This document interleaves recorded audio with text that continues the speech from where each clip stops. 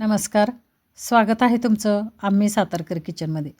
आज आपण बनवूया गरमागरम हुलग्याचं माडगं. हुलग्याचं माडगं थंडीचे दिवस आहेत आणि थंडीच्या दिवसामध्ये हुलग्याचं माडगं हे व्हायलाच हवं. हुलगे म्हणा किंवा कुळीथ म्हणा, कुळीथाचं माडगं किंवा हुलग्याचं माडगं इथं आपण म्हणूया. फार छान चवीचं हे माडगं होतं आणि 2 प्रकारे केलं जातं, एक गोड आणि एक तिखट. आज आपण इथं तिखट माडगं केलेलं आहे. थंडीचे दिवस आहेत, भरपूर खूप सारी थंडी पडलेली आहे आणि थंडीमध्ये ह्या माडग्याचा गरमागरम जर तुम्ही स्वाद घेतला तर नक्कीच सर्दी, खोकला, अंगदुखीसाठी रामबाण उपाय आहे. इथं आपण 1/2 किलो हुलगे घेतलेले आहेत आणि हे स्वच्छ कपड्याने पुसून व्यवस्थित साफ करून घेतले. गॅस मिडियम ठेवला आणि मिडियम गॅसवरती लोखंडी कढईमध्ये हे हुलगे आपण भाजून घेऊया. छान खरपूस असे हे हुलगे आपल्याला भाजून घ्यायचे, जेणेकरून मिक्सरमध्ये ह्याचं व्यवस्थित पीठ व्हायला हवं. पहा इथं 250 ग्रॅम हुलगे मी घेतलेले आहेत आणि 250 ग्रॅम ह्या हुलग्याचं जर तुम्ही पीठ करून ठेवलं तर नक्कीच महिनाभर तुम्ही याचं माडगं करून खाऊ शकता. छान असे लालसर होईपर्यंत हे भाजून घ्यायचे आहेत. आपलं जशी मसूर असते, मसुरीसारखे हे हुलगे दिसायला दिसतात. पहा इथं काही ठिकाणी ह्या हुलग्याचं पिठलंही केलं जातं आणि छान असे हे पहा खरपूस असे भाजून घ्यायचेत आपल्याला. मिडियम गॅसवरती दाखवते मी तुम्हाला. पूर्ण याचा कलर चेंज होईपर्यंत आपल्याला पहा इथं थोडाफार असा कलर चेंज झाला की आपण हे हुलगे काढून घ्यायचे आहेत. छान खरपूस असं जसे आपण भाजत जाऊ तसे त्याचा जो सुगंध आहे तो छान खरपूस यायला लागतो. आणि हे पहा झाले आहेत आपले भाजून. आता आपण एका प्लेटमध्ये काढून घेऊया. हुलगे थंड झाले की मिक्सरच्या भांड्यामध्ये घ्यायचे आणि याचं पीठ करून घ्यायचं आहे. पहा इथे मिक्सरच्या भांड्यामध्ये हे हुलगे घेतले आहेत मी आणि छान असं जाडसर रवाळ पीठ मी करून घेतले. इथं पहा 250 ग्रॅम हुलग्याच्या माडग्याचं आपण इथं हुलग्याचं आपण पीठ केलेलं आहे. पहा इथं. आणि हे पीठ आपला जसा बारीक रवा असतो त्या रव्याप्रमाणे हे पीठ आपल्याला करून घ्यायचं आहे. रवाळ असं पीठ करून घेतलं की त्याचं माडगं चवीला छान लागतं आणि होतंही छान. आता एका बाउलमध्ये 2 चमचे मी हे पीठ घेतलं आणि थोडंसं पाणी घेतलं आहे. याची स्लरी करायची आहे आपल्याला, म्हणजे जेव्हा आपण हे माडगं बनवणार तर त्याच्यामध्ये ह्या पिठाच्या गाठी होत नाहीत. पहा इथं एक थोडंसं पाणी घेतलं मी आणि 2 चमचे पीठ घेतले आणि हे छान अशी याची स्लरी करून ठेवूया आपण. पहा इथं जसं आपण पिठलं करतो बेसन पिठाचं चणा डाळीचं आपण जसं बेसन करतो किंवा पिठलं करतो त्याच्यासाठी जशी स्लरी करतो तशी स्लरी आपल्याला इथं करून घ्यायची आहे. 1 चमचा मी तूप घेतलेला आहे. तुम्ही इथं बटर किंवा तेलाचाही वापर करू शकता.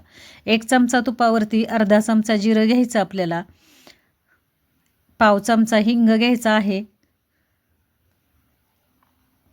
त्याचबरोबर 5 ते 6 लसूण पाकळ्या मी बारीक चिरून घेतलेल्या आहेत. ह्या लसूण पाकळ्या आपल्याला या तुपावरती खमंग भाजून घ्यायच्या आहेत. लसूण, जिरं, हिंग हे तर औषधी आहेच आणि आपलं जे आपण कुळीथ घेतलेले आहेत किंवा आपण जे हुलगे घेतलेले आहेत तेही औषधी आहेत. हुलग्यामध्ये भरपूर सारं पोटॅशियम, मॅग्नेशियम त्याचबरोबर कॅल्शियमचा भरपूर सारं आहे. त्याच्यामुळे आपल्या शरीराचे सांधेदुखी किंवा अंगदुखी किंवा आपली हाडं जे दुखतात त्याच्यावरती हा रामबाण उपाय आहे. एक बारीक चिरलेली मिरचीही मी या फोडणीमध्ये घेतली आहे आणि छान अशी खमंग ही फोडणी परतून घ्यायची आपल्याला आणि 1 ग्लासभर पाणी घ्यायचं आहे आपल्याला. पहा इथं 2 चमचे मी हुलग्याचं पीठ घेतलेलं आहे. त्याच्यासाठी 1 ते 1.5 ग्लास पाणी घ्यायचं. चवीनुसार मीठ घ्यायचं आणि ह्या पाण्याला छान उकळी येऊन द्यायची आपल्याला. थोडंसं अर्धा इंच आलंही या फोडणीमध्ये मी किसून घेतलेलं आहे. म्हणजे आलं, मिरची, जिरं त्याचबरोबर लसूण हे सगळे औषधी गुणधर्म देणारे पदार्थ याच्यामध्ये येतात. आता ही जी 2 चमचे आपण स्लरी करून घेतलेली आहे ती या उकळत्या पाण्यामध्ये घ्यायची आहे. आता स्लरी कशासाठी केली, जेव्हा आपण उकळत्या पाण्यामध्ये जर कोरडं पीठ टाकलं तर त्याच्या गाठी होऊ शकतात. म्हणून थोडीशी आपल्याला सुरुवातीला पातळ असं ते हुलग्याचं पीठ आपल्याला पातळ करून घ्यायचं आणि मग उकळत्या पाण्यामध्ये घ्यायचं, म्हणजे त्याच्या गाठी होत नाहीत. आणि पहा इथं छान असं सरसरीत असं हे माडगं आपलं तयार झालं आहे. याचं गोड माडगंही केलं जातं. आता गोड माडग्यामध्ये काय करायचं, 1 चमचा तुपावरती पाणी उकळून घ्यायचं. जिरं छान भाजून घ्यायचं 1 चमचा तुपावरती. मग पाणी घालायचं. पाणी उकळलं की त्याच्यामध्ये गूळ घालायचा आणि मग हे जे पातळ आपण केलेलं आहे 2 चमचे तसं ते पातळ स्लरी करून त्याच्यामध्ये घ्यायचं. त्याचं गोड माडगं होतं आणि थोडंसं तूप घालायचं आणि ते माडगं प्यायचं.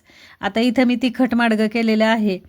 तर इथं पहा आता हे 5 ते 6 मिनटासाठी छान हे माडगं आपण उकळून दिलेलं आहे. व्यवस्थित असं उकळून द्यायचं म्हणजे संपूर्ण जे मसाले आहेत त्याचा पूर्ण जो चव आहे ती या माडग्यामध्ये उतरली जाते. पाव चमचा मी इथं मिरी पावडर घेतलेली आहे. मिरी पावडर ही औषधी आहे. बऱ्यापैकी सर्दी खोकल्यावरती मिरीचा छान असा उपयोग होतो. घसादुखी असेल तर त्याच्यासाठी ही मिरी चालते. तर इथं पहा छान असं मिरी घालून 1-2 मिनटासाठी आपण उकळी काढली आणि औषधी असं हुलग्याचं माडगं आपलं तयार झालं आहे. भरपूर सारी थंडी पडली आहे आणि थंडीमध्ये जर तुम्ही सकाळी नाश्त्यासाठी हे जर हुलग्याचं माडगं घेतलं किंवा तुम्हाला थोडीफार सर्दी खोकला असेल, अंगदुखी असेल त्याच्यासाठी गरमागरम जर हे माडगं तुम्ही घेतलं तर नक्कीच ह्याचा भरपूर सारा फायदा तुम्हाला होऊ शकतो. आणि पहा इथं गरमागरम हे हुलग्याचं माडगं तयार आहे. करून खाऊन पहा. रेसिपी आवडल्यास लाईक, शेअर, सबस्क्राईब करा. धन्यवाद मंडळी.